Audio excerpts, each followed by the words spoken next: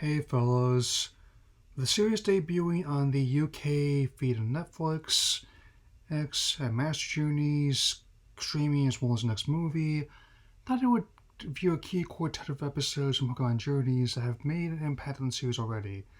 Let's open up the Sword and Shield arc for Pokemon Journeys.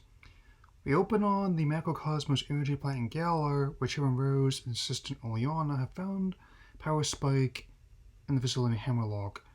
As I'm about to tell you, this show did a great job of establishing them as villains. Elsewhere, at Cerise Labs in Vermilion City, Ash notices a Dynamax band he received in a previous visit to Galar is glowing with energy. Upon informing Professor Cerise the next morning, he and his research fellow Go are alerted to incidents Dynamax Pokemon are running rampant and dispatched to investigate. While some purists initially balked at this change in dynamic, I'm one of those that's liking the shape of story structure, not just adapting Generation 8, but honoring the lineage of the entire series so far. New season means new theme song. This one's entitled Dreams for Today by Walk Off the Earth, and actually really slaps. Tara comes up with the first part of this 4-part story, Slumbering Weald. Ash and Gar are sent to Wedgehurst in Galar to see Cerise's colleague, who has information on the recent Dynamax phenomenon. However, first Ash and Gar partake in some tea and scones. There's an easy British reference. Said colleague is Professor Magnolia, Sonia's grandmother, and one of my favorite characters in the generation. Typically, professors have been one of my favorite characters in the franchise. I'll get into more detail over the course of this review. Suddenly, the train stops due to heavy fog seeping into the area.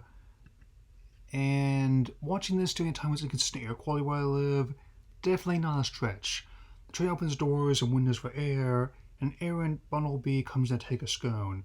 I should go follow the Bumblebee in the Slumbering Weald, where they encounter Zacian and Zarazenta. I also rather like how even the non-physical attacks don't impact them on their first encounter, just results in air getting foggier around them. This also tells me creators did hear the source material. This anime is just as valid as doing a straightforward adaptation of Generation 8 would. Be. Go catches Bumblebee in the forest, but he and Ash become separated in the process, marking a key story arc. Go attempts to get a hold of Ash by the Rodon phones, but thankfully runs into Sonia, who they had met in a previous visit.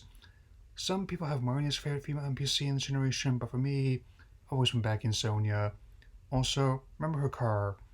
It's not the fanciest, but it's got where it counts. As Ash and Pikachu make their way out of the forest, more Gale particles fall from the sky, one of which heads to Center Scorch, causing it to a Gigantamax. Definitely makes me wonder how much longer it will be before we see Kabu in this anime. Elsewhere, Oleana informs Rose about what's happening, and Rose responds that something is unavoidable, obviously Gale's future. He knew full well this would happen. I know what pushing the wrong button is, and this isn't it. I'll get more into this over the course of this review, but this story is what I want to make Village Specials to be. Despite the concerns from Sanduscorch's trainer, Ash confronts the monster with Pikachu and Riolu, who attacks only face in a Scorch. Ash takes disguise with Dragonite to fight. Their combined attacks are able to counter Sanduscorch's G-Max Flutter by... I love talking about a series where I get to say things like that. And Dragonite is able to get them out of the way as Leon offers an assist with his Charizard using Rock Tomb. I also note how much this anime's arrangement with Galar Gym theme is a bop, though I do admit I have expected to see Endeavor and Hawks in the air of a scene like this. Center Scorch is quelled and turns its normal form with one less Air Slash attack, and Go is able to make contact with Ash. That's the assignment. Now shifting towards Ash helping Leon contain the rampaging Dynamax Pokemon and Go investigating why this is happening with Sonia. Of course, Sonia's car is being followed by a Standard Issue Black Sedan that's connected to Macrocosmos. Insert Detective Pikachu callback here. After a brief previously on reel about the events that led here in the opening sequence, we enter part 2 of the story, The Darkest Day. Back in the Hammerlock facility, Team Rocket has been sent to cover his laborers, much to their chagrin whinging. Elsewhere in Turffield, a clue to Dynamax phenomenon has been found by Go and Sonia. Turffield geoglyph which also references a real-world landmark in England, depicts a cataclysm known as the Darkest Day and how a young hero with a sword and a shield quell the chaos. Again, this doesn't hear the game's canon. I will explain more in later sections of this review. As a sequence intercut with Ash and Leon engaged Dynamax Pangoro, Serena herself has been assigned to investigate the link by Professor Magnolia, also shares an encounter Lugia which may yet prove connected to these incidents. Back in Hammerlock, Jesse and James Meowth have infiltrated a power station because Giovanni wants them to find rare Pokemon that's rumored to be in the facility. Neglecting any jokes I make about the Game Boy coming to Nintendo Switch Online, it's at least consistent with the boss sending them off to get them out of his hair. Then, another energy spike occurs, causing a Colossal to Gigantamax, even the true source for this power, Eternatus. Apparently, they've been pronouncing hanging that one onto it. Apparently, it's Eternatus. I was saying Eternatus, like just now. When only honest guards almost rear end Sonia as she heads would go to see Professor Magnolia back in Woodhurst. Back with Ash and Leon, the two people stop Dragonite and Charizard, respectively, engage the rampaging Colossal. Yeah. Go also discovers that it may have been two heroes who quelled the chaos, not just one, which also ties in the games and makes a solid case for him as Deuteragonist. In fact, which is up to the same time to review them, makes it clear just how effective not only this anime is adapting only newer stories, also recent days from previous ones, often refining them in the process. Sonia also exposits that she and Leon knew each other when they were younger, childhood friends took very different paths in their life. Leon became a champion of Galar, Sonia became a Pokemon researcher. Back with Ash and Leon, they've sent out their Gengar and Dragapult respectively have contained the G-Max Colossal, also not have been pronouncing Dragapult correctly, so like the idea of a dragon ghost that launches offspring as projectiles. Might not be my favorite Galar one, so it's on the list. Colossal is defeated, and even as the Mayos start throwing things at the beast, Ash rightfully points out that's not its fault it went mad. The Mayos then leave the scene and is confronted with both Leon and Rose. He wonders what's causing all this, Rose decides to take Ash to a gourmet dinner. Back with Sonia, she and Go arrive back at Magnolia Labs, and Sonia sees Go as potentially a Pokemon researcher. Go's very much open to the idea, as a witching star crashes near them. Professor Magnolia then enters, and explains to see Go is alright. She asks Go has encountered the Dynamax phenomenon in the wild, and he says yes. Magnolia further explains about Galar protocols and power spots and the wishing stars that connected them both. He also helped develop the Dynamax bands, and even though she doesn't sanction macrocosmos beyond that, so has also fashioned and the wishing star into another Dynamax band which she gives to Go. Sonia also hands in her research to Magnolia, who subsequently asks her to find the Rusted Sword and Shield and continue her work. At Rose Tower, Rose gives Ash dinner her as promised, marking how the lights are like everyone's lives and dreams. Also quickly check this out to make sure that Rose's glass is green in both versions. Though the scene isn't exactly the same as in the games, it does have notable parallels. The first is a backstory about how he built himself up from nothing. We'll come back to that in the next section. Another is how he offers his resources to help Ash progress further in the World Coronation series. Though Ash is flattered, he declines, saying he wants to earn the right to battle Leon himself. I'll explain this later, but Zark takes a different route than making specials and improves upon them. Though Rose understands Ash declining, only Leon doesn't exactly take it well. Coronation Netflix? This is bad comedy. That night, Ash makes contact with Go in the hotel, and the two agree to meet and still on site the next day. Side note, if anyone he fights be again in the Ultra Cup, I think will likely be at the gym there. Well, her or Alistair, we'll see. Hey, the next morning, before Go and Sonia leave, Magnolia warns her about Rose's true nature and to head off to a mural that's still inside in short order. To reach the mural, now confronted by one of Oleana's henchmen, a Dynamax battle ensues between Go's Raboot and the agent borrowing Oleana's Garbodor. Ironically, if she hadn't sent the spy, they had never found out the truth about what's going on. Case in point, Rabbit sticks back to avoid a Dynamax Ooze attack, and ends up wrecking a mural that has as a hasty cover-up of the real legend. There are indeed two heroes, Pokemon and partner alike. I can guess we can also add this to a list of pop culture hiding the true past in fantasy work. I mean, Thor Ragnarok, Black Panther, Frozen 2, even Trolls World Tour Artworks did it. With this reveal, the theme song, and a real previous on highlights, we enter part 3 of the story, From Here to Eternatus. The battle continues against Oleana's spy as Digimon Scarboto follows by Max Steel Spike, Rabu counters with Max Knuckle, and goes handling himself found quite well, things considered. To have one turn in his form left, Spy uses G Max Malloader, Rabu counters with one last Max Flare. One last note before we continue. On top of this form, reminding of Hedorah the Smog Monster from the Godzilla series. The ship in this form is by many accounts the long lost Saint Anne, aka SS Anne. That's dark, fellas. Really dark. With the last piece of the puzzle in place, now the time has come to find the Sword and Shield to get help from Zacian and Zombies Never Was Too Late. I've also been pronouncing the form wrong. It's pronounced Zacian. It's saying it Zacian or Zacian before I watched this. Go charges through the other spies with Sonya as if he's a young Midoriya. Even though it takes a moment to get Sonya's car started back up, it's nowhere near as bad as Roused Manager Lobby. Seriously, go watch MST3K's Final Sacrifice if you haven't seen it yet. Once it does get started, they're off like a Galarian Tofu Man. As Leon goes to meet with Rose, Aspect contacts with Go about their encounter in the Slumbering Weald. After going over their findings, another energy spike occurs in Hammerlock. As Ash goes to investigate, Go and Sonya need to find Zacian Zamazenta before the darkest day can occur once again. The other Macrocosmos employees was worried that Eternatus could escape if there's any more power spikes. So about the same level of danger as keeping the Tesseract or one of the mother boxes inside there. So now the containment unit starts breaching, Eternatus is free. A fully CGI Pokemon in the anime often have a mixed track record, so it's consistent with the games. Also, all the criticisms were never going to work on someone like me, who still plays and enjoys retro games, so holding my copy of Mario 3D All-Stars and won't move the final one for my Switch no matter how much space I need.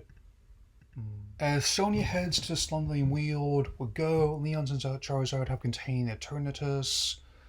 As Team Rocket tries to abscond with Eternatus, but not only does it tear through their net launch like tissue paper, Mouth can't touch Gigantamax because it can hit with Galar particles, with him also getting G-Max Gold Rush. I guess also means that recurring joke of him being unable to learn Payday because he learned how to speak out person instead has been effectively deep-sixed. Fog blankets to Slumbering Weald, as Go and Sonya call for either Zacian and Zamazenta. Two beasts emerge and lead them to where the rest of the Sword and Shield are. Begin Hammerlock, answering to Leon, and having learned Second in Truth, decide to confront Rose. Here, we've got a notable change from the games, but one that works in the story's favor. While Rose was stated to have been orphaned since childhood in the games, whether or not that meant his parents died or had to give him up, the exact circumstances are not revealed. In this anime, Rose's father outright shown to have died in a collapsed mine while Rose was still a child. Essentially, while I don't have a problem with his counterpart and the source being like if Elon Musk wanted to cause a class 3 apocalypse instead of making tons of rocket ships, his plan of harnessing Dynamax energy makes him more well-intentioned extremist. The one constant is that his plan solving energy shortage is noble, but he's clearly doing it for the wrong reasons. I was expecting the dub to cut this element, but they left it in. Helps Netflix doesn't have standard practices like the previous platforms did. Eternatus reaches the facility, and Leon realizes Eternatus wants to be caught before it can cause more trouble. However, they first need to deal with Rose, since there's Caparage to do battle. Rose follows up with Ferrothorn, and asks Pikachu take part in adult battle alongside Pikachu and Riolu. Here we go. Fun goes out in attitude from earlier that day. Sonya crashes through the barricade to get Go inside Hemlock Stadium. Leon's guards try to coast Sonya, but they're blocked by the Junior Raihan. Regulators! Mount up! Go engages Oleana as he enters Hemlock facility, and now conclusion. Part 4, The Legend Awakens. As the Dynamax Pokemon continue to rampage, Jesse and Jean try to get through to Meowth and climb on top of his tail as he scales a building. Leon then makes Charizard engage Eternatus in its Gigantamax form. Meowth gets to top of the building and cue G-Max Gold Rush. Basically what the games did on Switch did to the sales charge. Still, Eternatus overpowers his Kintonian Lawn Meowth and blasting off. Right before it uses the energy to awaken his final form, the show's words, not mine, Eternamax. As continues to battle Rose, adapting his battle plan on the fly, Something that impresses Rose. Go continues his battle with Oleana, and I really love her theme in the games. Go leaves a Raboot, and since he lent her spy her Garbodor, and becomes a Milotic, when the first time antagonist from the games was this monster. Actually, I like how this episode and this anime depict Go as a battler, slowly showing how the anime interprets different playstyles. Likewise, both translators I watched of this do a great job of capturing Oleana's personality and her devotion to Rose. Less of a secretary and more of a second in command. Leon continues his battle with Eternatus to stop at the top of the tower, and has managed to get Rose Pokemon to attack each other. It's happened both the title offenses and online playing the game sometimes. Reminds me of Bebop and Rocksteady doing that too.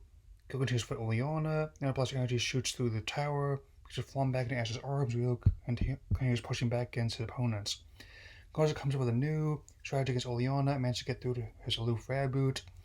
The Spy is driven away with Raihan's Duraludon. Raboot and Riolu evolve into Cinderace and Lucario.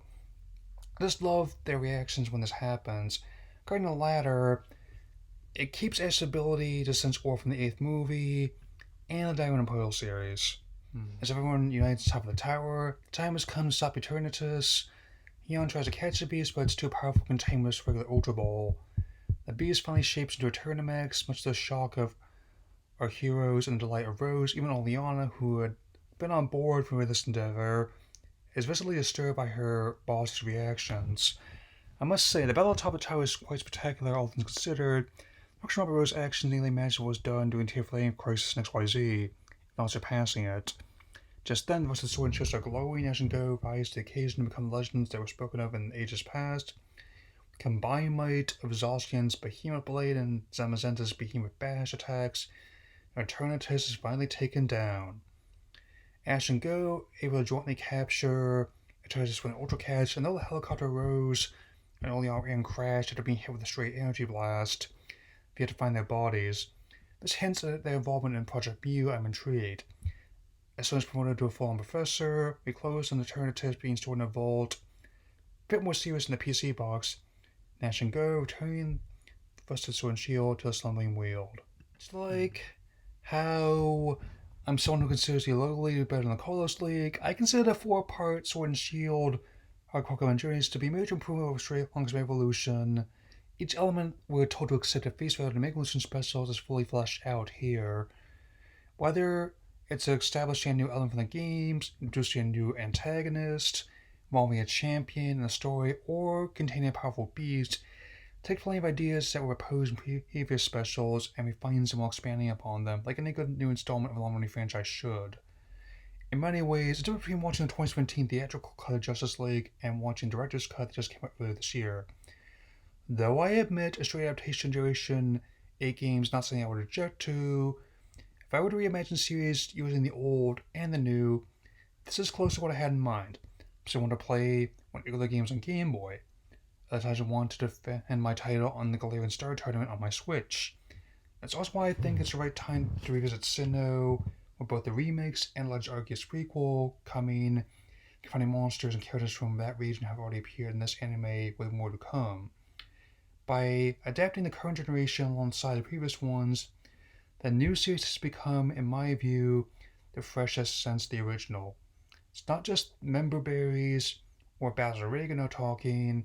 Particularly enjoy this take on the material and how sometimes refreshed at 25 years, the future is in the past. Not every day, my reference pool includes South Park, Half in the Bag, and Go Kaiju in the same sentence. I hope you all enjoyed this review. I'll see you later this year with my full review of Pokemon Secrets of the Jungle. Later.